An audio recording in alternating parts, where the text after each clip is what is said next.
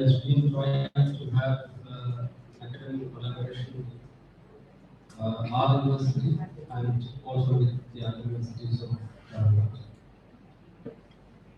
So ever since he assumed headship, the department is full of academic activities. He has the capacity to keep the department live and academically active. So we have with us for this afternoon session Professor P. NAGARAJ, a very renowned academician with his specialization in English language teaching and linguistics and Indian writing. So without much delay, I would like to invite my longtime friend and well-wisher, Professor P. NAGARAJ, to deliver his invited talk. The title of his talk will be Ethics to Aesthetics, Language Between the Colonizer and the Colonized. The stage is yours.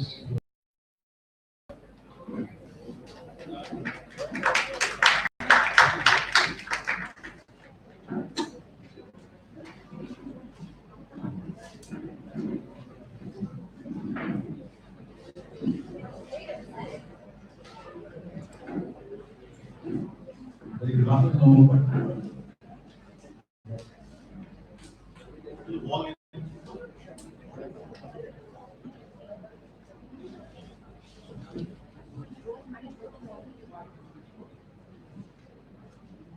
Hello.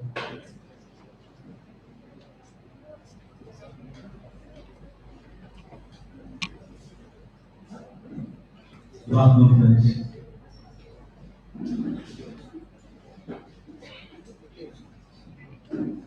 A humble request for half an hour, no more mistakes. And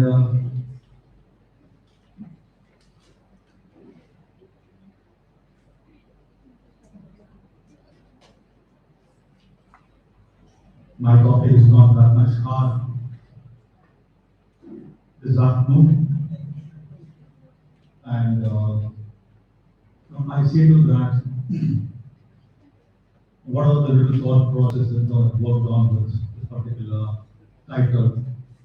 I would like to consolidate in half an hour time. Friends, at the outset, I'm really happy that I've been called to speak on few words in connection with nation, nationalism, and nationhood. 3 months before, Bharathiar, had called me over phone that home and said that we want to organize a national conference of particular nature. At that time, I was engaged with other administrative assignments. So tentatively, I've given a topic, and I don't think I speak on the topic today because I'm a very poor reader. Whenever I witness text, my understanding of text always differ, and that's how I go about it. And the two most wanted gentlemen in the higher education system, one is Professor Thiruvarur, and the other one is Professor Mark, sir. The most wanted personalities and the leading personalities in the Indian context, particularly with reference to the higher education system is concerned. So that way, I was really happy to be part of this national conference. And we, as a friend of Professor Mans and Bharathiar, are aware of the fact that they would always blend through.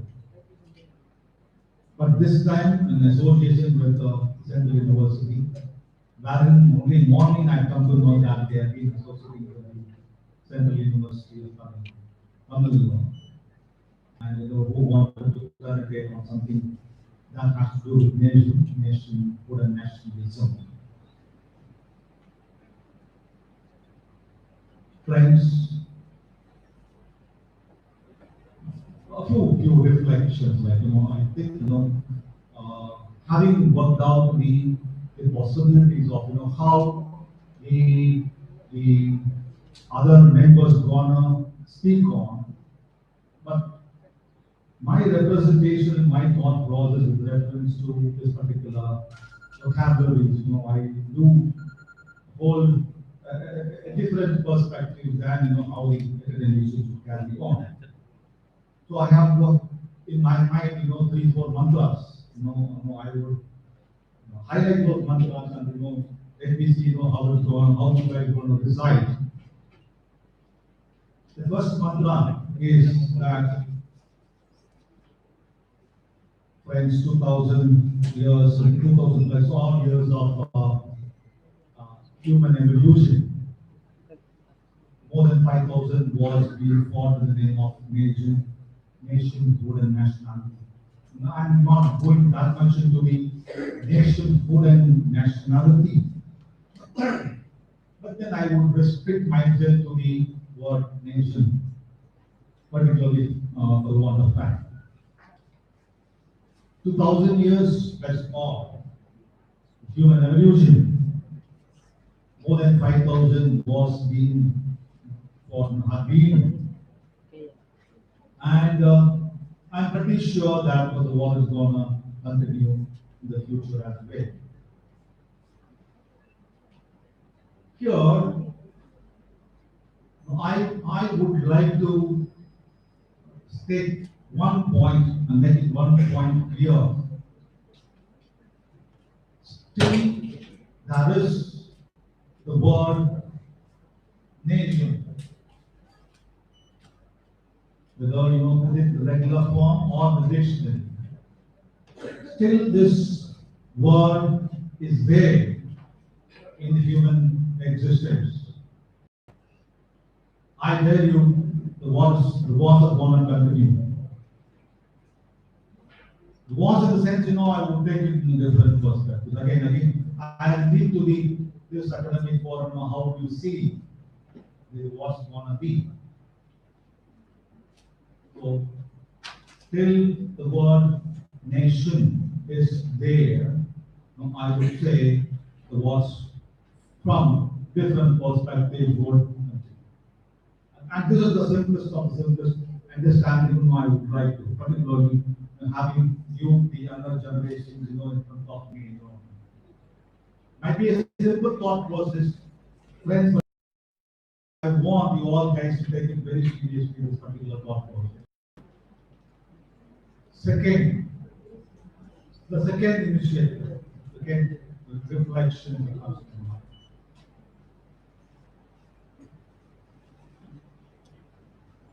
Nation as such ought to be loved. Any nation ought to be loved, not understood. But what happens? So I speak, either from the colonized context or from the decolonized context, or in the post-modern context. Any context you get. To be loved and not understood. But what happens here in the higher education, in the higher system of learning is that we could take this word and go for so many investigations. So many researches going on happening. You go on giving so many interpretations to it. So much. And a forum of this particular nature, it allows all the academicians to come to one particular forum and discuss and deliberate upon. And here is also, I do have a simple thought process. That when you deliberate on, what happens is that you go in for the thoughts of the Westerners. the ideologies of the West. And in the name of investigation, in the name of to the Eastern text, and you say that you are convinced with comprehending the text by negotiating the Western ideologies in the Eastern, like you say somewhere or the other the compromise is being made. And I tell you, the young research scholars, what happens here is that when you do so, there are any number of times scholars are led into a forceful integration of the Western into the Eastern minds. The forceful integration. And you claim that a tremendously beautiful ideology has been born by doing such kind of an investigation. A forceful integration into your new for sure that the Western ideologies are Western and the Eastern ideologies are Eastern. Nowhere, like you can bring in or bring it together or integrate together like the Western to the Eastern. Not possible. But then what happens is that we do forcefully integrate, and the horrible thing is that we come out with the remedial measures of it. In the name of investigation, we come out with the remedial measures. That is what which the scholars have to take it very seriously. But I'm against theories. When you bring in those theories. You bring those theories to the forefront and you do an analysis. Theories are essential, but that should play the background part. A data, a good research or a literature for you to further go about your research and your search. But that should not come into the main forum and main front and you say that you have a yardstick by which you dialogue and you measure for any particular text or matter. I would say to the postmodern readers, for postmodern minds, like theories are to solve problems, friends. Theories are to solve problems. But what happens? You trace and see, how these theories are being working out. Is that these theories, rather than solving out problems, it's coming out with any number of problems. And it's creating a lot of problems. So I do have my own limitations, whenever students, particularly from art minds, when they say that they want to do an investigation, having a particular theory of mind, and they want to work on. So I have my own limitations whenever scholars work on theoretical perspectives. The third understanding is that the simplest of the understanding, the third understanding.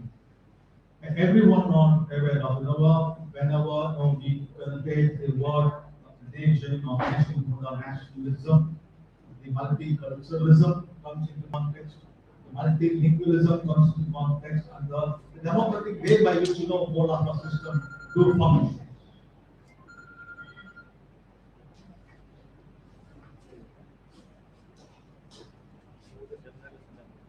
And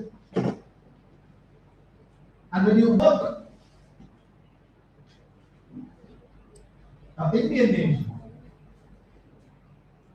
Indian nation is such. The philosophical concept comes into, or we bring in metaphorical element to it. And that is how whenever a nation as such, when we look at and when we want to work out, the metaphorical element comes into the concept.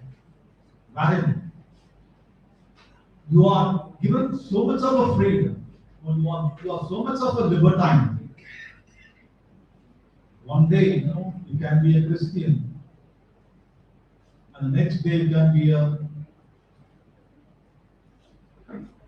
Hindu, and the other day, you can be a Muslim. Yesterday, so much so unstructured, so much so loose, so much so fluid, like you can choose whatever the mechanisms that you want to do. And here is where I will bring in one simplest ideology. The ideology is that how do these conversions, happen? How do these conversions take place? If you look deep into the structure of the history or the literature of the Indian context, on majority of the sense, the conversion happens by showing people who are poor. You change the poor, I don't want to mention which community poor. You show the sportsmanship and convert to the other. And you show both the context of poor, the disease, and the sportsmanship and convert to the other. And that is how the conversions, you have to be very careful about, speaking about so much so fluid, the structure, but have to be very careful, how this fluidity takes us to. I speak, having only younger generations of learners, those who are into serious research, particularly working on the Indian English literature and Indian English languages. If there is anything I call Indian English language, then coming to the the very word nation. All aware of being the ground word, discussed more than often it ought to be discussed. A dead word, I would say. How does become a dead word? I think we all know for sure that language do have life, and we have so much work possibilities with this word. I would say this word has become a dead word. And I go to the extent of saying that it is to some extent has replaced even the God word. You just stress and say that that would involve a church, that would involve mosque, that would involve a temple.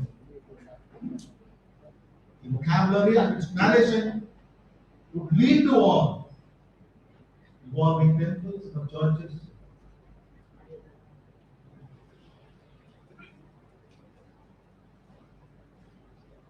You put it out in an expressive way. It will help you stop going to church, temples, and mosques.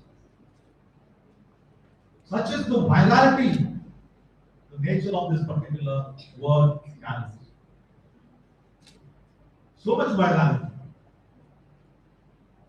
But we never knew this virality, but we take it from the structural point of view, we go on negotiating with, or we try to understand only on the fundamental and surface level.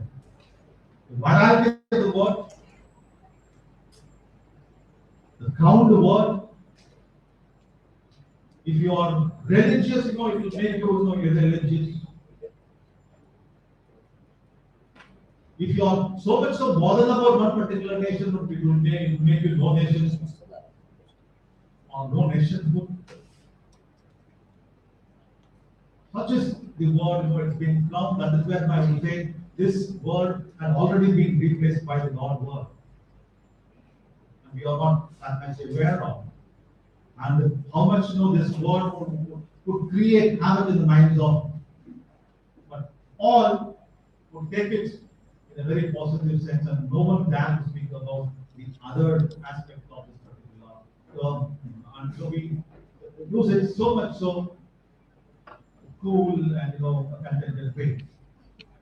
Okay, right? Now it's been spoken about the nation, the word nation, or nationality or nationalism or whatever.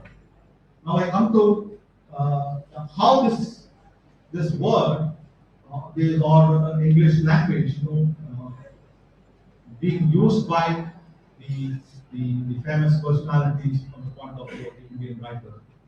I'm not gonna work in the new writers, but then a very famous personalities, how they have used this word, the English language, I don't know. It is not to politicize, but then rather, I don't know what the intention behind on using such vocabularies, particularly the so-called Indian English writers and their contributions to great Indian English literature. I would look on uh, Swami Vivekananda, Tagore, then Gandhi, then Sarojini Naidu, and one Urdu poetic law. Only two, three understanding of all these gentlemen. Friends, I say to you before speaking on these personalities, I'm not against nation, but my understanding of nationhood is something which even I am not that much aware of. As far as Gandhi, Dr. Ambedkar strictly said that he's not going to address him as Mahatma. Sarojini Naidu, in her remarks on Gandhi, had said that to keep this gentleman poor, then she has to lease out 10 rupees every day. Those days, 10 rupees for issue money, it is 1 month's salary of teacher.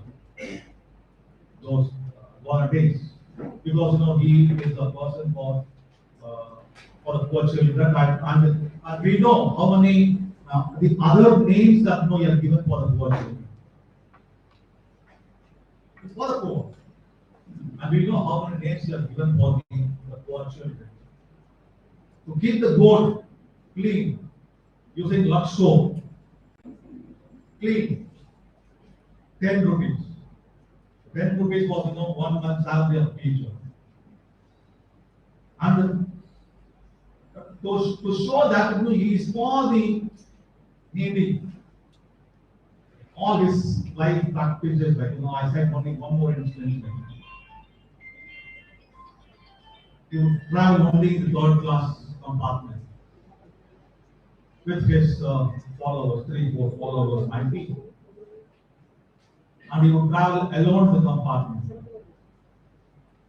I'm pretty sure the whole of compartment, like 3-4, it would be much more than traveling in the first class.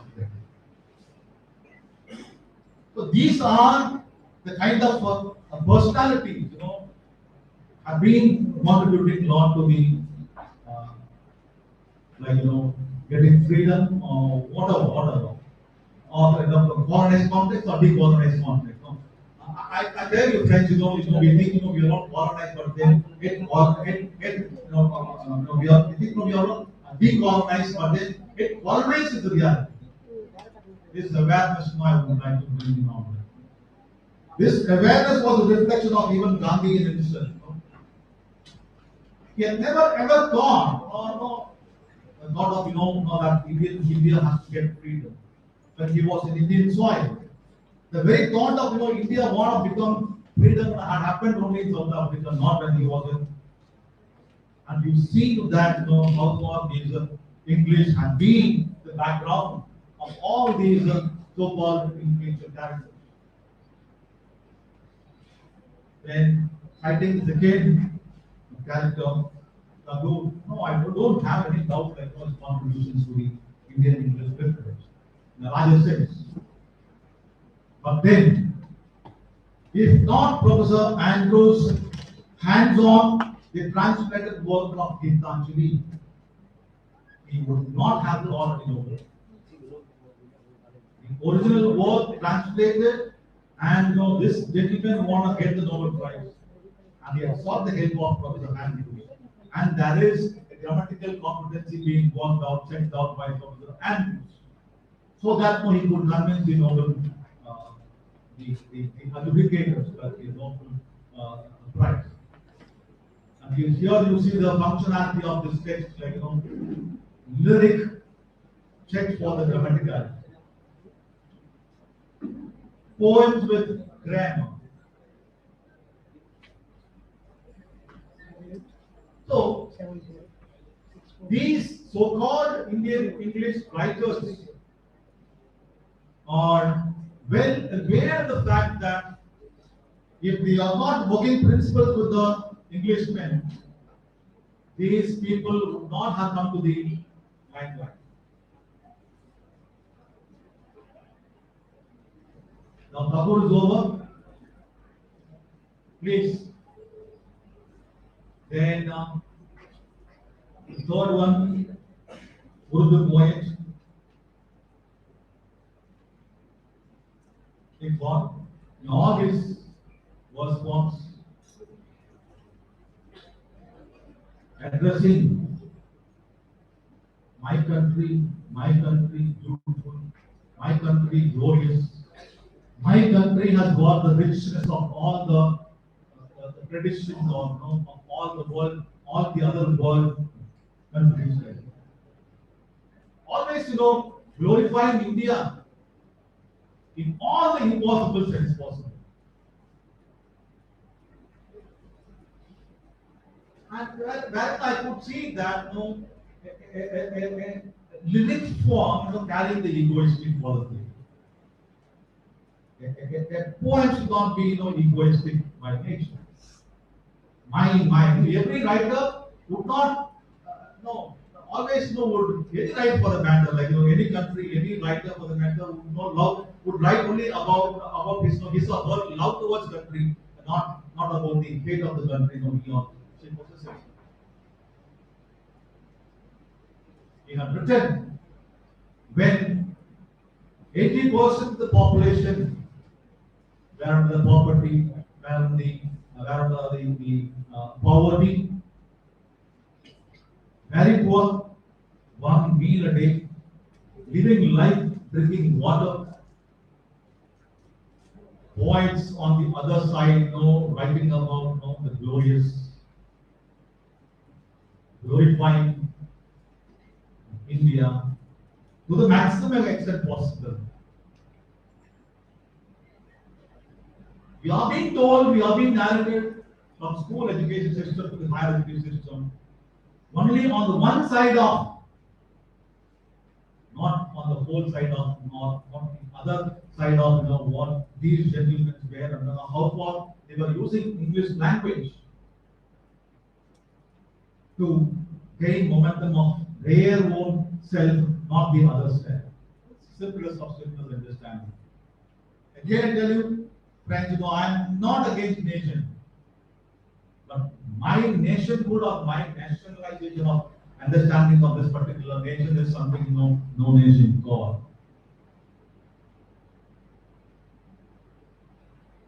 And coming to Vivekananda, the only person who had left to the world not to learn but to teach. From school system, so much appraise of the language you have used in the one conference. Brothers, sisters and brothers, whatever.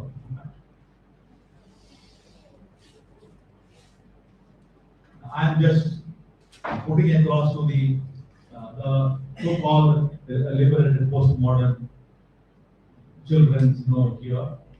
If I happen to address you all, my sister, how many would have got offended? How many would get offended? And in the conference, I tell you, how many would have got offended?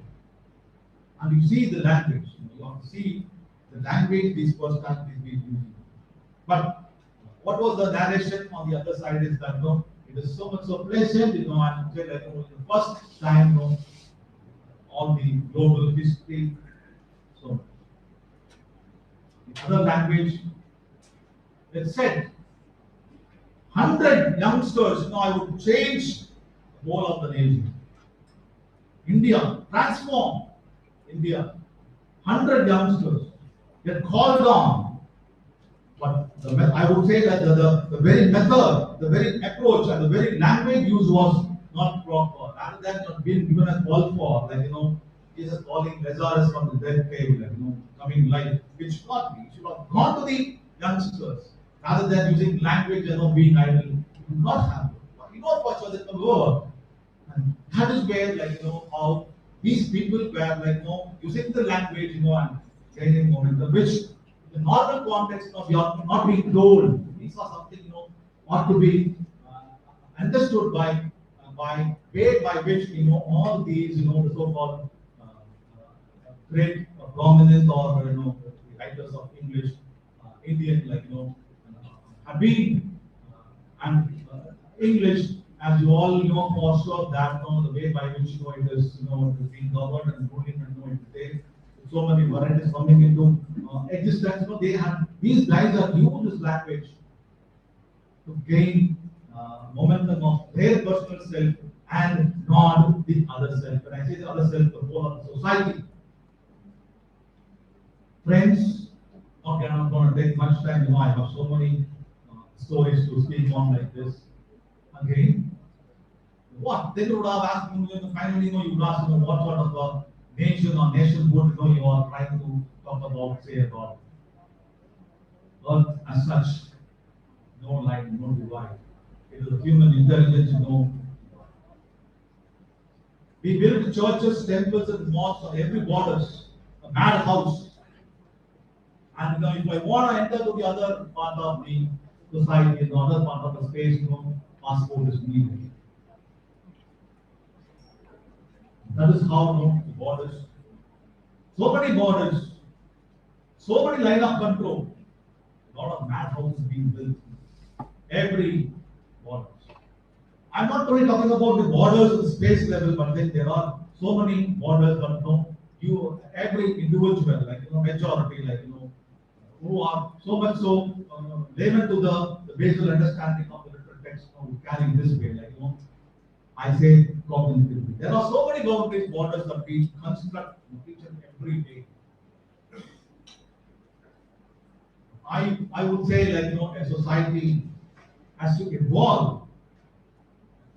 The nature of society, how the nature of society is that borderlessness.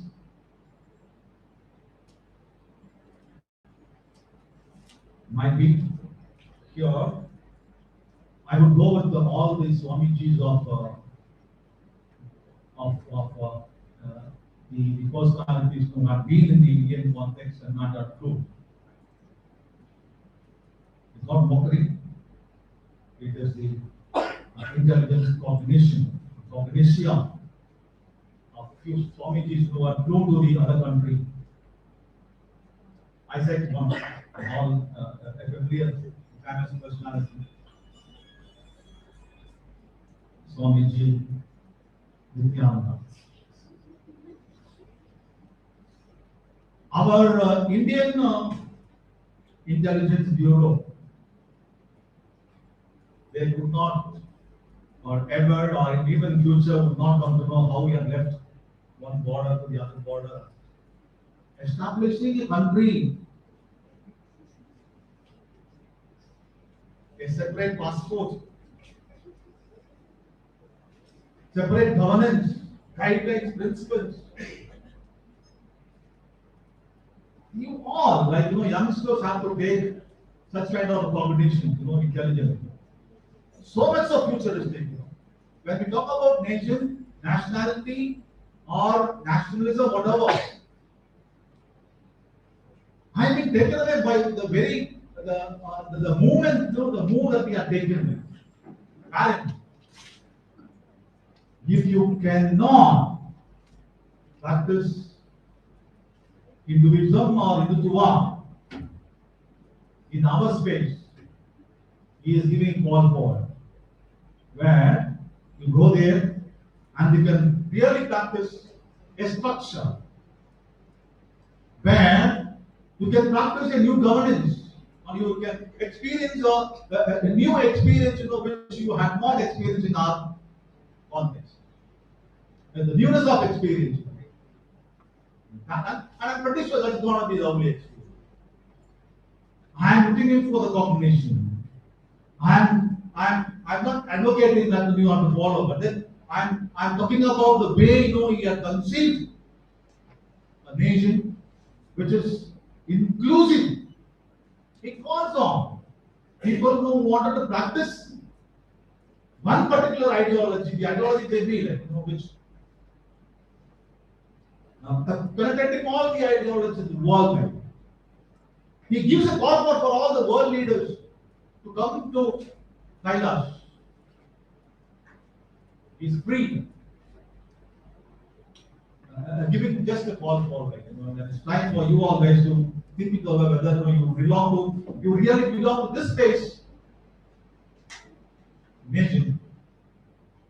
And I tell you, nation as such is not an English word, or it's not an Indian word in itself. Nation as such is not an Indian word, or an English word. But what we do all the gimmicks possible with this vocabulary, with this word, and bring in so many interpretations possible, and spoiling all the younger generations, showing them that this is how you got to travel. Never knew what literally a search is, but then saying in the big way that we are doing a very, very serious search. So many deliberations, so many discussions, so many interventions. That is all that is, leading us to big question. Not going to take much time, friends. These are my limited thoughts. Few times, only half an hour, something, very minimal time being given. I tell you, friends, don't ever be carried away by the structural understanding of any literary text you are being encountered. Give a perspective of thought which no one could imagine. We live in a postmodern world, a postmodern culture, where you've got to think wide beyond wilderness, so that you will be reaching out there.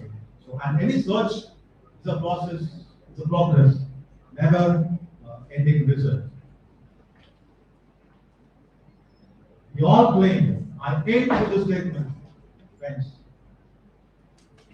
We all claim that now we are being decolonized.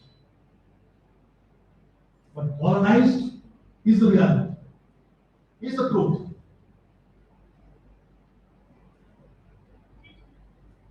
No more discussions or deliberations of this particular forum, I think, would negotiate and bring in a parallel thought. When I say the word in itself do not belong to the word, the Indian language, then investigation on parallel thought process, where it's going to lead. I'm leaving it to you all, friends, to think over, brood over. When you are going in for a study on Indian English literature or doing with English language as such, Indian usage of English language as such, take these few clues. I never say that this is the result. I would never say this is the way by which you have to progress and process. Giving on to the post-modern readers for your perception and for your understanding. We are get colonized, and I do not know whether I am the right person to speak on all these. I've been involved and few of the reflections which I thought I to share with the friends over here. Thank you. Thanks so much. Thank you, sir, for providing a multifaceted understanding of India.